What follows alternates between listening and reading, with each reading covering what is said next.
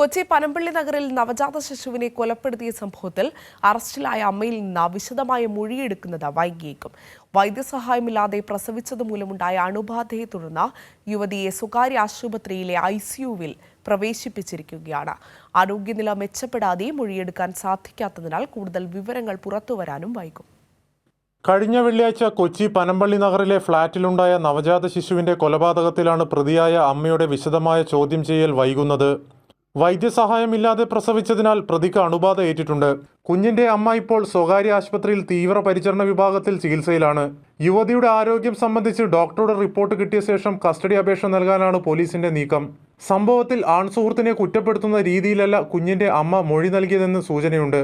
വിശദമായ ചോദ്യം ചെയ്യലിൽ മാത്രമേ ഇക്കാര്യങ്ങൾ വ്യക്തമാവൂ. കുട്ടിയെ കൊലപ്പെടുത്തിയത് ശ്വാസം മുട്ടിച്ചെന്ന് അമ്മയുടെ മൊഴി പുറത്തു വന്നിരുന്നു. കുഞ്ഞിന്റെ കൊലപാതകത്തിന് ശേഷം ആത്മഹത്യക്ക് ശ്രമിച്ചതായും യുവതി മൊഴി നൽകിയിട്ടുണ്ട്. സംഭവത്തിൽ അറസ്റ്റിലായ പ്രതിയെ കഴിഞ്ഞ ദിവസം റിമാൻഡ് ചെയ്തിരുന്നു. നവജാത ശിശുവിന്റെ കൊലപാതകത്തിൽ ആൺസുഹൃത്തിന് പങ്കില്ല എന്നും യുവതി ഒറ്റയ്ക്ക് ആസൂത്രണം ചെയ്തതാണ് കൊലപാതകമെന്നുമാണ് നിലവിൽ ലഭ്യമാകുന്ന സൂചനകൾ. കൊലപാതകം, മൃതദേഹത്തോട് അനാദരവ് കാണിക്കുക എന്നീ വകുപ്പുകളാണ് പോലീസ് പ്രതിക്കെതിരെ ചുമത്തിയത്. കൈരളി ന്യൂസ്, കൊച്ചി.